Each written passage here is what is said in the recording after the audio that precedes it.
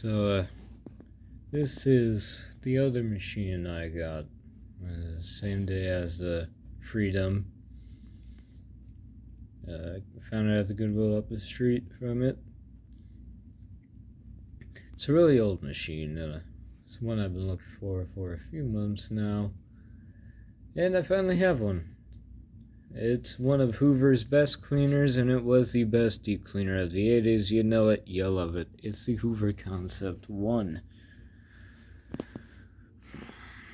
So, I have yet to actually figure out when this was exactly made, but I swore I saw a date stamp on the other side of this piece that said 0380 or something like that. Something probably March 1980, but I don't know.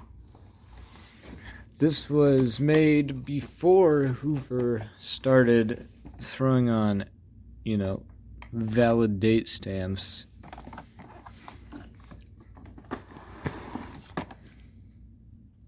Yeah. That's just the serial number. This is not the actual date stamp to it. Back before Hoover started using them. But yeah, so this was $15 at a Goodwill, which finally the ones around here are starting to have more reasonable prices on vacuums. And yeah, so when I got this, there wasn't really much wrong with it, except there was some piece of cloth wrapped around one of these two sides. I think it was this one. No, maybe not. It might have been this side. I don't know. But other than that, it ran fine. When I got it, and now after putting some grease on it, the bearings sound rough, but I mean, it's from the 80s, so what's to be expected.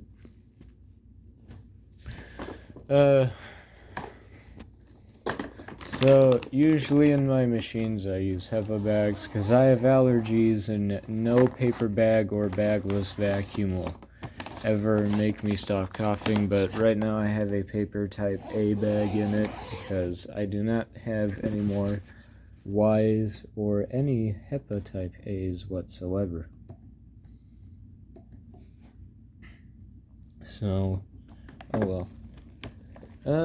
This machine was surprisingly easy to get into, but slightly more challenging to put back together, because the base is like two and a half separate pieces, minus the hood, and trying to put this whole axle back together really proved to be a challenge, but yeah, because it's a dual handle release model. And just getting this part out of the frame bent the frame, so it took a lot of bending to get everything to fit.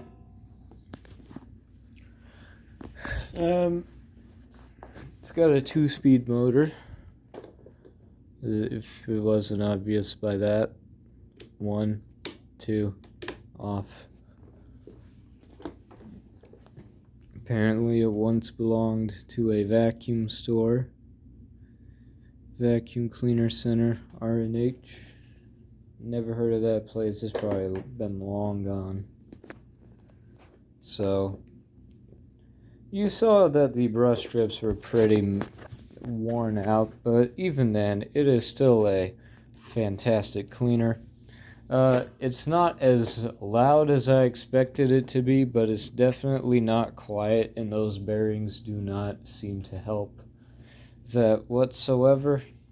So, but it does work. Wasn't really terrible.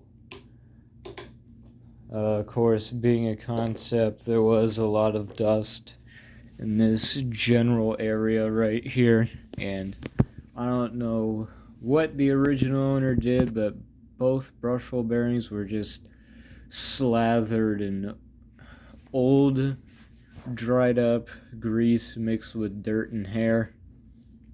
So I cleaned those out best I could and filled it with my own stuff.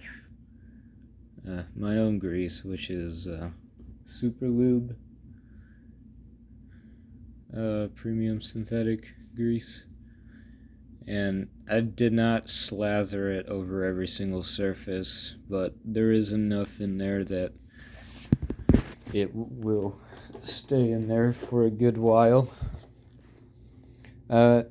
Three height adjustments. I'm sure these were common on all concepts. I noticed for this carpet it works best on plush, but because on self-adjusting it's really hard to push. But yeah, fairly simple machine. It's one of the more well-designed direct air Hoovers. This was probably because they were their higher end models, so they put a lot more thought into these than they did with the old Elite series. The good thing about these is, much like the convertibles, they had a metal core in the brush roll.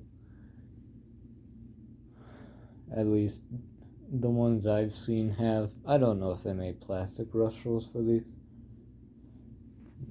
So I'll give you a little demo of it. It cleans really well for old worn out brush strips. I thought about getting new ones, but the only ones I can find are for convertibles, and I have no clue if those are going to work. Kinda don't want to try, because then I'd just have a spare set of brush strips for no reason whatsoever.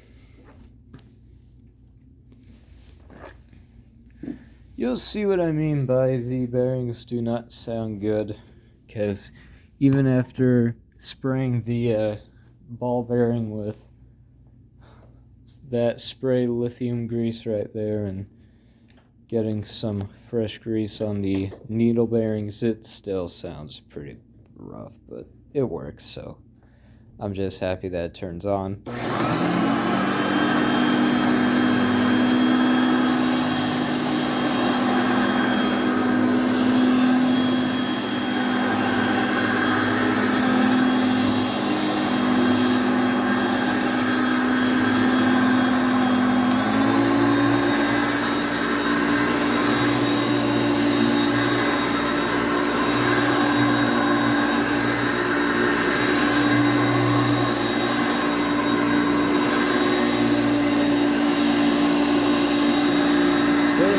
Carpet very good. A lot better than most of the newer stuff I had in my collection, including pretty much all Sharks and Dysons I've had. Even that has better agitation than most, pretty much all Dyson and Sharks I've had over the past few years.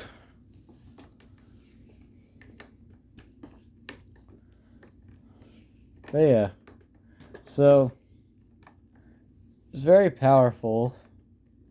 It's not quiet, but it's not ear-piercingly loud like some old Eurekas or Dirt Devils.